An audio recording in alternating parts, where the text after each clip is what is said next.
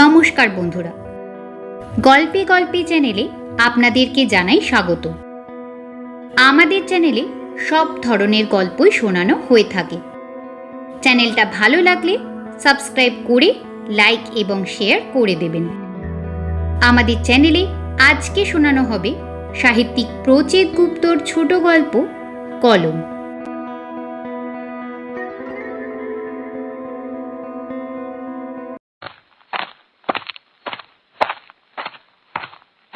পায়ের হালকা ঠোক্কর লাগলো মুকুলের।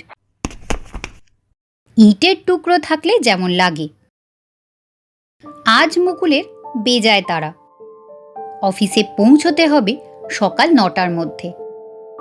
আইটি অফিসগুলোতে কাজের চাপ বেশি। মুকুলের আবার ডবল কাজ। অফিসের কাজ যেমন থাকে তেমন বাড়ির কাজও আছে।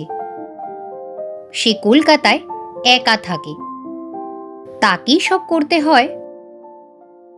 লেখাপড়ার পাট চুকিয়ে 2 বছর হলো জলপাইগুড়ি থেকে কলকাতায় এসেছে মুকুল।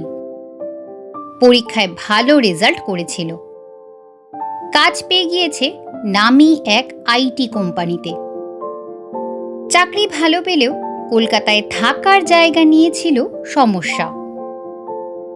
মুকুলদের বাড়ি জলপাইগুড়ির এক গ্রামে। সেখানে বাবা থাকেন। মা মারা গিয়েছেন প্রায় 5 বছর হয়ে গেল। মুকুল যখন জলপাইগুড়ি শহরে এসে স্কুল কলেজে লেখাপড়া করেছে তখন থাকতো বোর্ডিং আর হোস্টেলে। কলকাতায় চাকরি করতে এসে প্রথমে থেকেছে পেইং গেস্ট হয়ে। বছরখানেক হলো সল্টলেকে বাড়ি ভাড়া নিয়েছে। একতলায় 2 কামরার ফ্ল্যাট। ইচ্ছে করেই একটু বড় ফ্ল্যাট নিয়েছে যাতে বাবা মাঝে মাঝে এসে থাকতে পারেন। সল্টলেক থেকে তার অফিস যাতায়াতেও বেশ সুবিধে হয়। মুকুল যতই বাড়ি ভাড়া নিক, মুকুলের বাবা বিজনবাবু একজন ঘরকুনো মানুষ। চট করে নিজের গ্রাম ছেড়ে কোথাও গিয়ে থাকতে চান না। রাতে বাড়ির বিছানায় শুয়ে ঝিঝির ডাক না শুনলে তার নাকি ঘুমই হয় না। ভোরবেলায় বাড়ির পুকুর ঘাটে দাঁতন নিয়ে দাঁড়িয়ে হাঁসের প্যাক প্যাকানি না শুনলে তার নাকি ঠিকমতো ঘুম ভাঙে না। মুকুল রাগারাগি করে, বলে, বাবা, ঘুম পাওয়া আর ঘুম ভাঙা নিয়ে এত চিন্তা করো না। কদিন কলকাতায় এসে থেকে যাও, আমি তোমাকে টেপ রেকর্ডারে ঝিঝির ডাক আর হাঁসের প্যাক প্যাক শোনাবো। বিজনবাবু ছেলের রাগ সামলানোর জন্য বলেন, যাবো আগে তুই গুছিয়ে নে। গুছিয়ে নেওয়াই আছে। 2টো ঘরের ফ্ল্যাট নিয়েছি। রান্নার দিদি আছেন, তোমায় কিচ্ছু করতে হবে না। বিজনবাবু হেসে বলেন, সেটাই তো চিন্তা। কিছু না করে বসে থাকলে শরীরটা তো একেবারে যাবে। এখানে তাও স্কুলের মাস্টারি থেকে রিটায়ার করে বাগান করি, গ্রামের ছেলে মেয়েদের পড়াই। তোর কলকাতায় কি করব? গাড়ির হর্ন শুনে কান ঝালাপালা করব আর পথের ধুলো ধোঁয়া খেয়ে খক খক করে কাশবো? মুকুল বিরক্ত হয়। এত জেদ করলে চলে? মা চলে যাওয়ার পর মানুষটাকে সামলানো কঠিন হয়ে গিয়েছে। মুকুলের চিন্তাও হয়। একা থাকেন, শরীরটাও ভেঙে গিয়েছে। তার উপর মনের দিক থেকে ভদ্রলোক, একজন পুরনো দিনের মানুষ। ছেলে তথ্য প্রযুক্তি অফিসে কাজ করলে কি হবে, নিজে মোবাইল ফোন কম্পিউটারের ধারে কাছ দিয়ে যান না। ফলে কলকাতা থেকে নিয়মিত তার খোঁজ খবর নেওয়াটা একটা সমস্যা। মুকুল একটা মোবাইল ফোন কিনে দিয়েছিল। বিজনবাবু সেই ফোন আলমারিতে তুলে রেখেছেন। মুকুল দেশে গিয়ে রাগ দেখালো। বাবা, তুমি মোবাইলটা আলমারিতে রেখে দিয়েছো কেন? বিজনবাবু শান্তভাবে বললেন, ও বড় গোলমেলে জিনিস। নম্বর টিপলে বেশিরভাগ সময়ই দেখি কুক কুক করে। তুই কথা বললে অর্ধেক কথাই যায় ভেসে। ধর বললি এই শনিবার বাড়ি আসবো না, নাটা ভেসে গেল। আমি শুনলাম এই শনিবার আসবো, ব্যাস। শনিবার সকালে গাছ থেকে ডাব পেড়ে পুকুর থেকে মাছ তুলে ঠায় বসে রইলাম। উফ বাবা, এটা তো নেটওয়ার্কের সমস্যা, ঠিকমতো লাইন পাওয়া যায় না, তাই বলে ফোন কি দোষ করলো? বিজনবাবু হেসে বললেন, কোনো দোষ করেনি, সে অতি ভালো ছেলে, কিন্তু আমি বুড়ো মানুষ, তারে সামলাতে পারি না। মুকুল বলল, তাহলে আমি তোমার খবরাখবর নেব কিভাবে? অত দূরে থাকি, চিন্তা হয়। বিজনবাবু হেসে বললেন, দূর বোকা ছেলে, চিন্তার কি আছে? তোকে মাঝে মাঝে তো চিঠি লিখি, তুইও লিখবি। বিজনবাবু সত্যি ছেলেকে মাঝে মাঝে চিঠি লেখেন। কলকাতার অফিস থেকে বাড়ি ফিরে মুকুল মাসে 1-2 করে পোস্ট কার্ড পায়, 4-5 লাইনে চিঠি, মামুলি কথা। কেমন আছো? খাওয়া দাওয়া ঠিক মতো করবে, রাত জাগবে না, আমার জন্য চিন্তা করতে হবে না, আমি ভালো আছি। সবজি বাগানে এবার ফলন খুবই ভালো হয়েছে, বিশেষ করে পুঁই শাক আর লাউ, বাড়িতে এলে দেখতে পাবে। বাবার চিঠি পেয়ে মুকুল অবাক হয়। এ যুগেও কেউ চিঠি লেখে? লোকে শুনলে বিশ্বাস করবে না। তবে মানুষটার হাতের লেখা ভারী সুন্দর, নির্ভুল বানান, কাটাকুটিও নেই। স্কুলে দীর্ঘদিন মাস্টারি করবার গুণ, তার ওপর আবার ফাউন্টেন পেনে লেখা, ঝর্ণা কলম, কালি ভরে লিখতে হয়।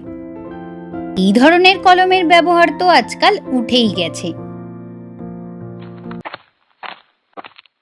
মুকুল এখন এসেছে বাজারে। লন্ড্রিতে জামা কাপড় দিয়ে স্টেশনারি দোকান থেকে বিস্কুট কফি কিনেছে। বাড়ি ফেরবার পথে পায়ে ঠোক্কর খেয়েছে। প্রথমে পাত্তা না দিলেও দ্বিতীয় ঠোক্করে নিচের দিকে তাকালো মুকুল,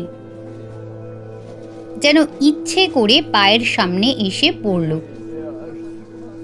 না, ইটের টুকরো নয়, রাস্তায় ধুলো মেখে পড়ে আছে একটা কলম, ফাউন্টেন পেন। রাস্তায় টাকা পয়সা দামি জিনিস পড়ে থাকলেও অনেকে হয়তো ফিরেও তাকাবে না, কিন্তু একটা কলম পড়ে থাকতে দেখলে লেখাপড়া জানা যে কোনো মানুষই থমকে যাবে। মুকুলও থমকালো, নিচু হয়ে কলমটা তুলল। কার এটা? কালো রং, গোলগাল রাশভারী চেহারা, গায়ে সোনালি বর্ডার, ক্লিপের রঙও সোনালি। এদিক ওদিক তাকালো মুকুল, কেউ কি দেখছে? না, কেউ দেখছে না। নিজের জামাতেই ধুলো মুছে ঢাকনাটা খুলে ফেলল। সকালে রোদ পিছলে পড়ল সোনালি নিবে, ঝকমক করছে, যেন বুদ্ধি ঝলসে উঠছে। আহা, ভারী সুন্দর। কলম যে এত সুন্দর হয় মুকুল আগে জানতই না। কিন্তু জিনিসটা নিয়ে এখন কি করবে সে? রাস্তায় ফেলে দিয়ে যাবে? সেটা ঠিক হবে না। মানুষের পায়ের চাপে, গাড়ির চাকার তলায় দুমড়ে মুচড়ে নষ্ট হয়ে যাবে। তাহলে না, আর মাথা ঘামালে হবে না। অফিসে দেরি হয়ে যাচ্ছে। কলমটা পকেটে গুঁজে বাড়ির দিকে পা বাড়ালো মুকুল। এখন তো সঙ্গে থাকুক, পরে ভাবা যাবে।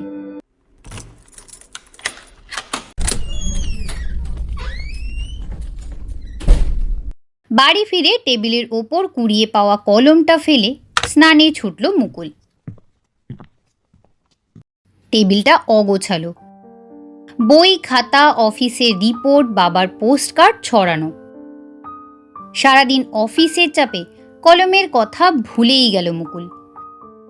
ফোন ধরবার পর্যন্ত সময় ছিল না। মোবাইলটা পকেটে বন্ধ অবস্থায় পড়েছিল। এমন প্রায়ই হয়। অফিস থেকে বেরোতে রাত ৮টা। সল্টলেকের পথ নির্জন। বড় রাস্তা থেকে বাড়ি পর্যন্ত হাঁটার সময় সকালে পাওয়া কলমটার কথা মনে পড়ে গেল। মনটা তার খচ করে উঠল। কলমের মালিককে পাওয়া যাবে কি করে? আচ্ছা, বাজারের সামনে যে স্টেশনারি দোকানটা রয়েছে সেখানে রেখে এলে কেমন হয়? কেউ খোঁজ করতে এলে পেয়ে যাবে। এটাই ভালো হবে। নিশ্চিন্ত মনে তালা খুলে বাড়িতে ঢুকলো মুকুল। আলো জ্বালল। মুখ হাত ধুয়ে জামা কাপড় বদলে এক মগ কফি বানিয়ে টেবিলের কাছে এলো। রোজকার মতো টেবিল ল্যাম্প জ্বেলে বই পড়বে। টেবিল ল্যাম্পটা জ্বালাতেই বুকটা তার ছ্যাঁত করে উঠল। কলমের ঢাকনা খোলা কেন? ভ্রু কুঁচকে গেল মুকুলের। কে ঢাকনা খুলল?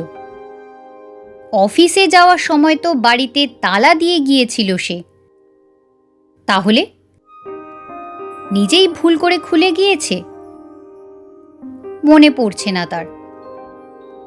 কে জানে, মনের ভুলে হয়তো করেছিল। মনের ভুলে মানুষ অনেক উদ্ভট কাজ করে বসে। কলমের ঢাকনাটা আটকাতে আটকাতে মুকুল দেখল পাশে একটা পোস্ট কার্ডও পড়ে আছে। কলমের ছায়ায় মিশে আছে যেন। নিশ্চয়ই বাবার পুরনো চিঠি। বইপত্র নাড়াঘাটার সময় সামনে এসে পড়েছে। আগে খেয়াল করেনি সে, এখন তার চোখে পড়ল।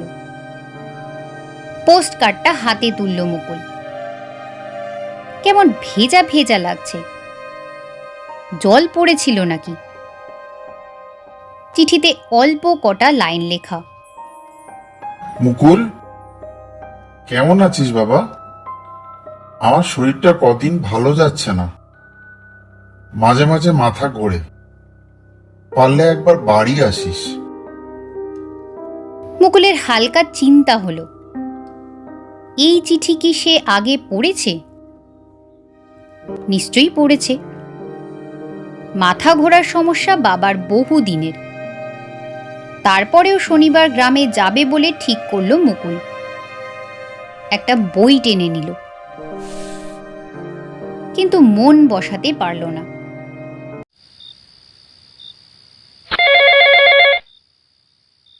গভীর রাতে মোবাইলের ঝনঝনানিতে ঘুম ভাঙল মুকুলের। ধরফর করে উঠে বসল সে। ফোন তুলে দেখল গ্রামের হরেন কাকা এত রাতে ফোন করেছে। হরেন কাকা থমথমে গলায় বললেন, দুপুর থেকে চেষ্টা করেও তোকে ফোনে পাইনি। হয় বলছে সুইচ অফ, নয়তো বলছে যোগাযোগ করা যাচ্ছে না।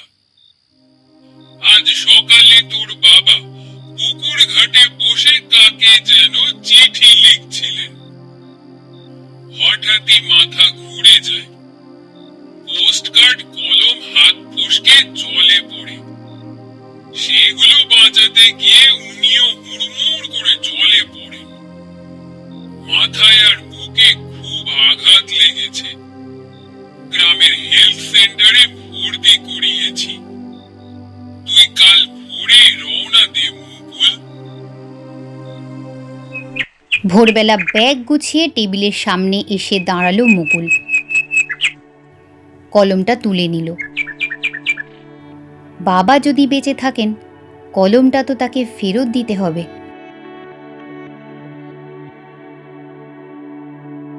বাবা হলেন একটি পরিবারের সেই বটবৃক্ষ, যিনি সন্তানদের সবসময় ছায়া দিয়ে পাশে থাকেন। গল্পটা কেমন লাগলো নিচের কমেন্ট বক্সে জানাতে ভুলবেন না। সকলে ভালো থাকবেন। নমস্কার।